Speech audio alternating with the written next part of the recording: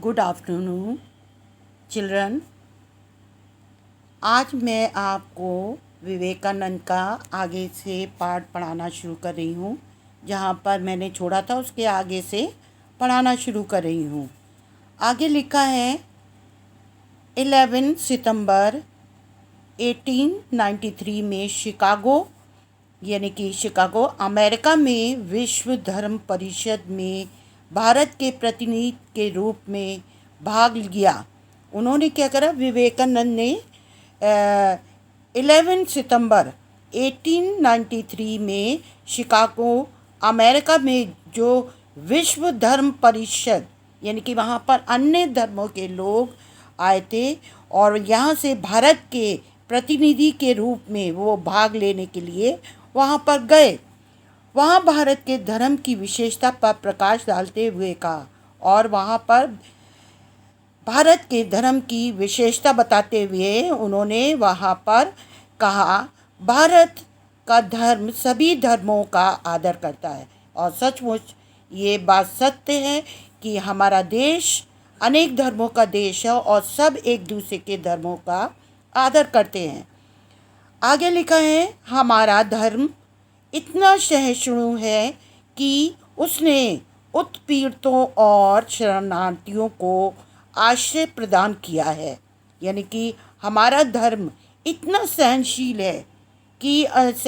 है कि उसने जो लोग सताए जाते हैं उनको और शरणार्थी जो बाहर से आते हैं उनको यानी कि आश्रय प्रदान किया, उन्हें अपने यहाँ रखा, उन्हें स्थान दिया, उन्हें घर दिया, आश्रय दिया, ठहरने का स्थान दिया। विवेकानंद राष्ट्र के सच्चे साधक थे और सचमुच वे राष्ट्र के सच्चे साधक थे और वे अपने देश को और देश के धर्मों को सबको समान समझते थे और वो राष्ट्र के साधक थे, यानी कि अपने राष्ट्र को बहुत प्रेम करते थे।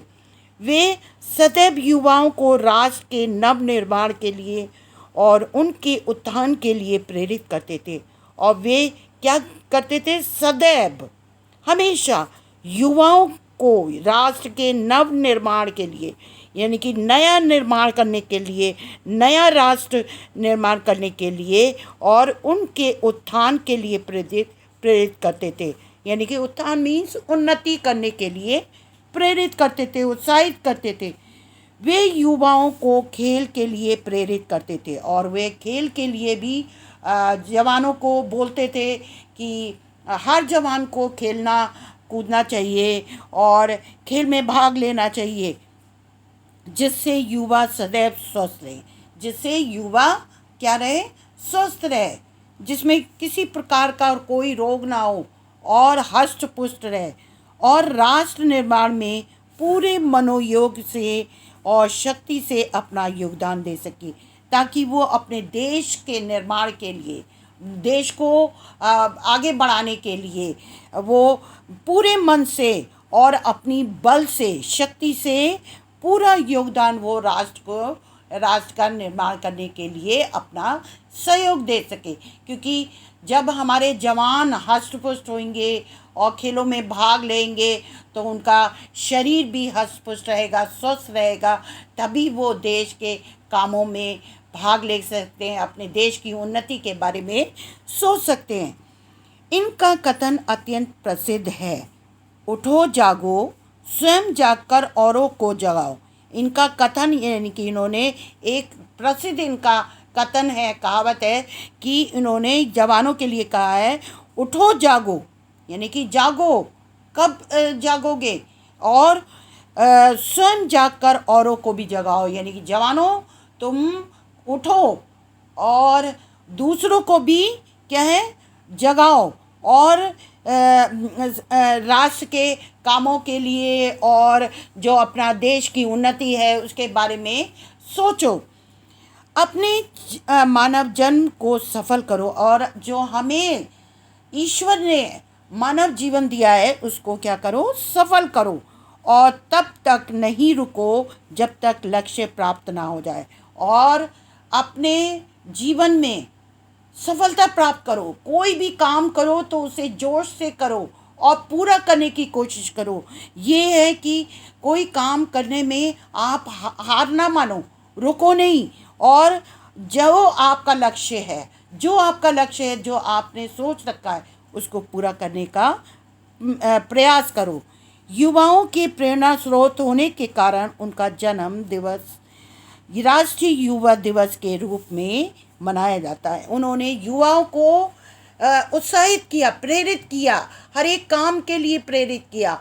और क्योंकि जवान जो काम कर लेते हैं वो कोई और नहीं कर सकता, इसीलिए जवानों को उन्होंने उत्साहित किया, प्रेरित किया। वो प्रेरणा का स्रोत थे। वो राष्ट्र को बनाने में युवाओं का बहुत महत्वपूर्ण स्थान समझते थे और चाहते थे जो जवान काम कर लेंगे वो कोई और नहीं कर सकता। इसलिए वो प्रेरणा स्रोत थे और इसीलिए उनका जन्म दिवस जो है वो उनको राष्ट्रीय युवा दिवस के रूप में आज मनाया जाता है। स्वामी विवेकानंद नारियों की शिक्षा और वृद्धों और रोगियों और अनाथों की सेवा के लिए समाज सेवा को सदैव प्रेरित करते थे। और उन्होंने जो अपने देश में जो भारत देश में हमारे कमियां थीं, जो बुराइयां थीं, उन सब से दूर करने का प्रयास करते थे। और इसीलिए उन्होंने नारियों की शिक्षा, पहले नारियों को शिक्षा नहीं दी जाती थी और उनको घर का ही काम दिया जाता था कि वो घर में बैठे, उनका काम घर का ही है। तो उन्होंने क्या करा कि नारियों की शिक्षा के लिए ध्यान दिया, वृद्धों जो बूढ़े हैं उनके लिए, रोगियों के लिए, अनाथों की सेवा के लिए समाज को सदैव प्रेरित किया कि हमें इनकी सेवा करनी चाहिए। जो अनाथ है उनकी सेवा करना चाहिए, उनके लिए आगे आना चाहिए, अनाथों के लिए सोचना चाहिए। जिनका कोई नहीं होता है उनके जीवन को बनाने के लिए लोगों को प्रेरित करते थे। आगे उन्होंने लिखा है, उन्होंने विश्व के कई देश, England, Canada, France, Australia, Hungary, Greece और मिस्र, श्रीलंका आदि की यात्रा भी की। और उन्होंने इतने बड़े बड़े देशों की यात्राएं भी की और भारत और विश्व में कई संस्थाओं की स्थापना की और वक्तव्य दिए। वहाँ पे उन्होंने भारत और विश्व में कई संस्थाओं की स्थापना की। ये नहीं है कि हमारे ही देश में उनकी संस्थाएं हैं, उन्होंने विश्व में भी अपने कुछ संस्थाओं को बनाया और जो आजकल चल रही हैं हमारे देश में तो है ही, उन्होंने बाहर भी उन सब चीज़ों पर जोर दिया जो उन्होंने समाज में बुराइयां देखी। आगे लिखा है, उन्होंने 16 मई और 1884 को हार्वर्ड में भाषण दिया। उन्होंने एक अच्छा भाषण दिया और इसी वर्ष नवंबर माह में न्यूयॉर्क में वेदांत समिति की स्थापना की। और आगे लिखा है, विवेकानंद के जीवन से संबंधित पवित्र स्थलों में कुछ उनके पवित्र स्थल हैं, जो स्थान है पवित्र हैं, वो कहाँ कहाँ है? बेलूर मठ और रामकृष्ण मिशन और कन्याकुमारी स्थित विवेकानंद रॉक दर्शनीय स्थल है। ये इनके पवित्र स्थान हैं जो उनके नाम पर बनाए गए हैं और उनके जीवन से संबंधित हैं और ये दर्शनीय स्थल हैं जिसे लोग देखने के लिए जाते हैं।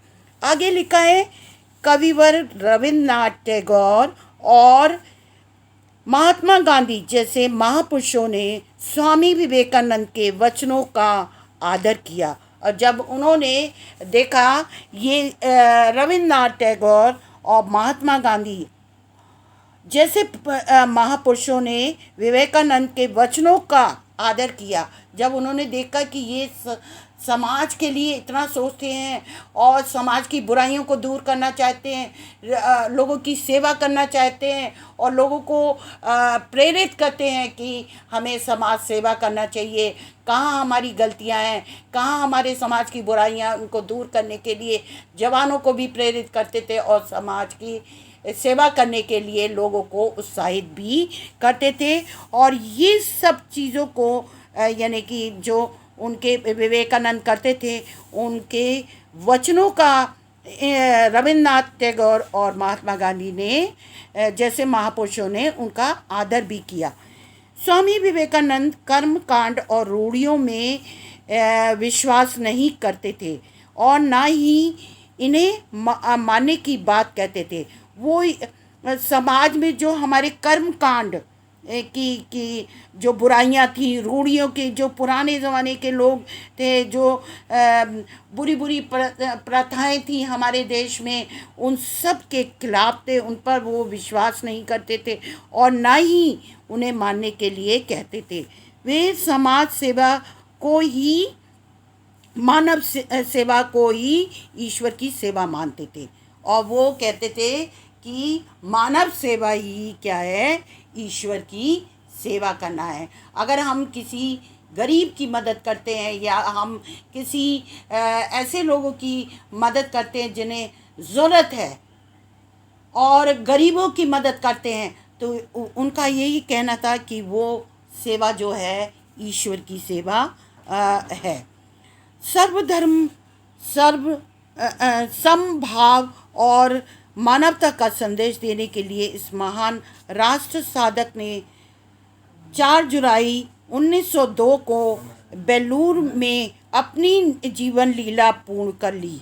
यानी कि दिखाया गया है कि सर्व धर्म समभाव, यानी कि सभी धर्मों के और समभाव यानी कि सभी को समान भाव के रूप में मानने वाले, मानवता का संदेश देने वाले इस महान राष्ट्र साधक ने 4 जुलाई 1902 को बेलूर में अपनी जीवन लीला पूर्ण कर ली, यानी कि उनकी मृत्यु हो गई। आज राष्ट्र ऐसे महाराष्ट्र पर गर्व करता है, आज राष्ट्र ऐसे महापुरुष पर गर्व करता है। हमें गर्व करना चाहिए इन सब बातों को और उनकी बातों पर भी चलना चाहिए, जो उन्होंने हमें शिक्षा दी, उपदेश दिए लोगों को, समाज को यानी बुराइयों से बचाने के लिए और समाज को एक नव निर्माण करने के लिए उन्होंने प्रेरित किया। उनके आदर्शों पर हमें चलना चाहिए और लोग आज भी उनका आदर करते हैं और इन्हें शत शत नमन करता है। यानी कि आज राष्ट्र, हमारे पूरा राष्ट्र भारत जो है वो महापुरुष पर गर्व करता है। हमें बड़ा यानी कि विवेकानंद पर बड़ा गर्व है, अभिमान है कि ऐसे ही महापुरुष हमारे देश में पैदा हुए, जिन्होंने हमारे देश को सुधारने का प्रयास किया और उनकी उन्नति का सोचा